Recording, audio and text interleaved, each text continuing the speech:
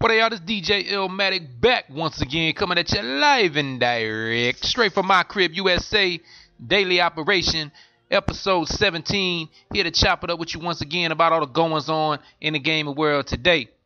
Electric relaxation. Spent most of my time this week on Project Cars, and the good news for PlayStation 4 owners is you finally have a racing game to rival what they have over there on the Xbox One.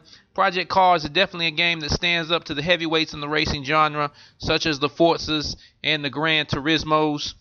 And that's been the one hole in the PlayStation lineup so far. Drive Club was released last year.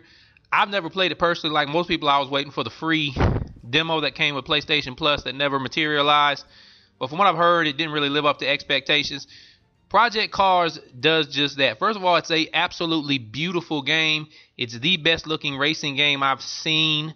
Now, I didn't see Drive Club. Some people say Drive Club looks better. I can't speak to that, but I have played both Forzas on the Xbox One, and Project Cars is the best looking racing game out there. It is more of a sim racer. That being said, it's also has enough features for someone like me. I'm not a real hardcore racing guy. I'm not really that big into cars in real life, much less a video game. So I don't really prefer the sim aspect of it. I enjoy some aspects of the sim, but luckily Project Cars is like a Forza in that it offers you plenty of options, so it can be as hardcore as you want it in terms of modifying or changing settings in your car and various things like that. Or it can be as arcadey as you want in terms of being able to adjust the difficulty and various other things. The turning is real tight. I've had to adjust, which luckily you can also adjust this. I've had to adjust the control, the turning, the tightness of the control scheme. It just seemed like on the default, if I just nudged left or right a little bit, the car would yoke real hard one way or the other. And so I've had to play with that in the dead zone in the controller, which is another thing you can adjust. And I found a nice balance.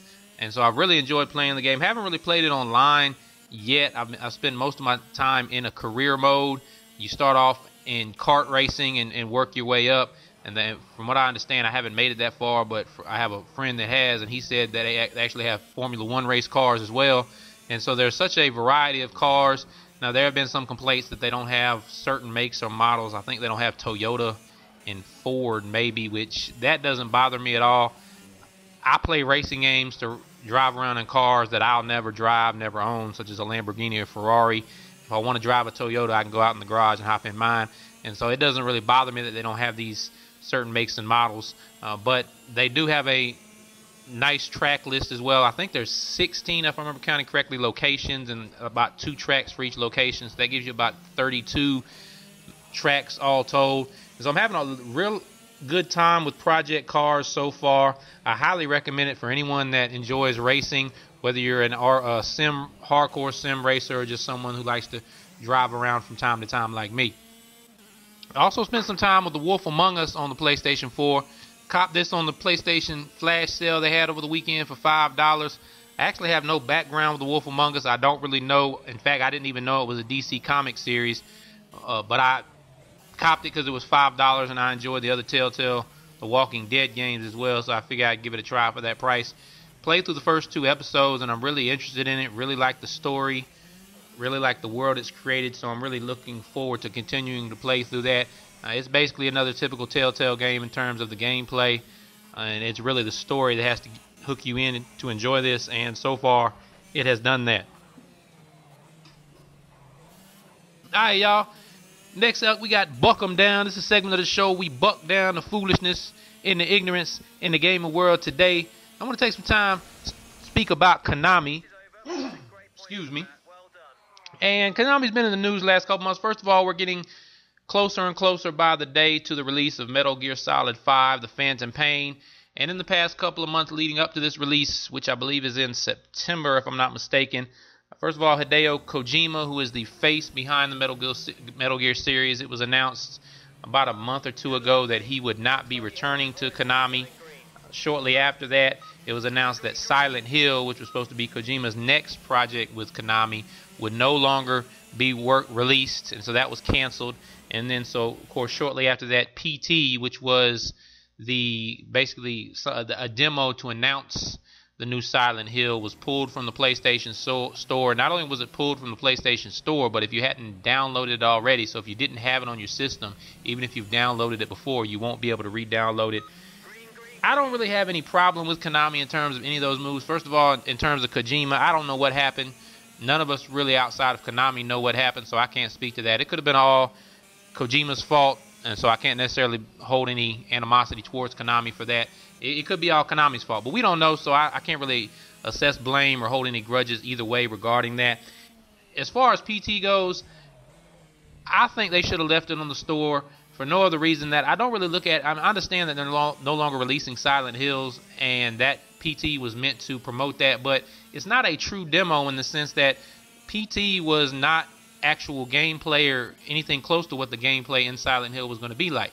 Silent Hill is a third-person game. This was first-person. So other than the atmosphere they created, I don't think anything actually from the PT demo was actually going to make it into Silent Hill. But they did say there's some logistical issues in terms of Norman Reedus being no longer in the contract and whatnot. So I can respect that, even if though I don't necessarily agree with it. But the one thing that Konami did that really has upset me is reading an article. There was apparently an interview by a head of Konami in a Japanese newspaper or magazine that was translated on a NeoGAF or Reddit thread. I can't remember which one. And basically Konami has, and he announced that Konami is going to move into the mobile gaming space, and that mobile gaming is the future of gaming.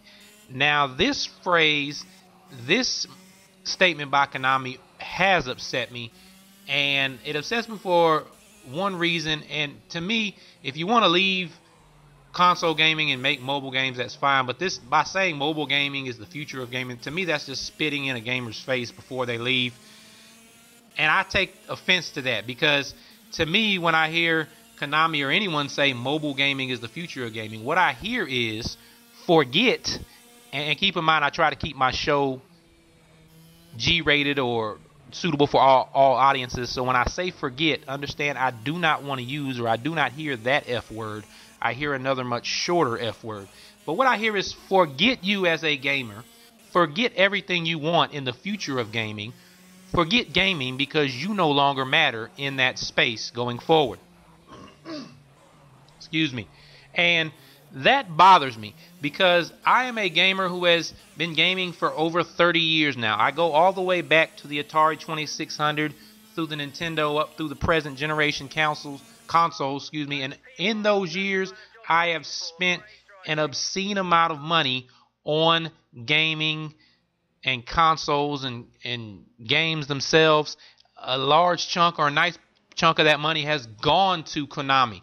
In fact, there's a former correctional officer turned fake thug, imaginary drug dealer, who in one of his songs was commenting on the divorce settlement Kobe Bryant's wife received, and he said in the song, "You wasn't with me shooting in the gym."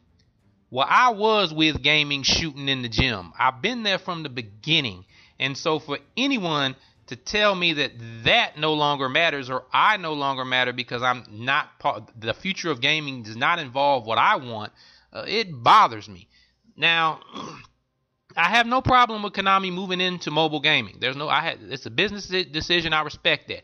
If the message was, we're moving into the mobile space because there's less upfront cost, there's less investment into the product, there's less overhead, and so we can turn a greater profit, I respect that. That's a business decision, and I can't knock that. But to say mobile gaming is the future of gaming basically says that what we as gamers enjoy now is not in the future. And I completely and totally disagree with that. And to me, it's disrespectful as well. It's disrespectful to the years that I and others have put into this, to the gaming industry, and especially the money we've spent with companies like Konami. Now, in fairness, the interview was translated, and so it may have been misrepresented in some way, but I've heard plenty of people say mobile gaming is the future of gaming, and it always irks me. And it also irks me because it's just totally and completely false. Because gamers such as myself, and there are a whole lot of us out there, we spend thousands of dollars on gaming every year, and we're not going anywhere. The PlayStation 4 has set sales numbers. The Xbox One is on a great pace as well. we're continuing to pump money into the gaming industry. We're not going anywhere. Now, and also it doesn't mean that mobile gaming can't exist in that space. Gaming and mobile gaming are two different things. Most gamers don't really enjoy or want to play mobile games. For myself, I've dabbled in mobile games. I've played Candy Crush. I've played Angry Birds. But even though I've dabbled in mobile games, I spend thousands of dollars every year on actual console games, I have never once spent a penny on mobile games, and I won't, because it's not something that interests me. And to use Konami as a reference, while Konami's name may be spoken in legendary terms, they are a legend in the console gaming world, their name means really nothing in the mobile gaming space. The vast majority of people who are eagerly anticipating Metal Gear Solid 5, they have no desire to play a mobile game. On the flip side of that, the vast majority of people that play mobile games and spend money on mobile games, they have no interest in Metal Gear Solid or Castlevania.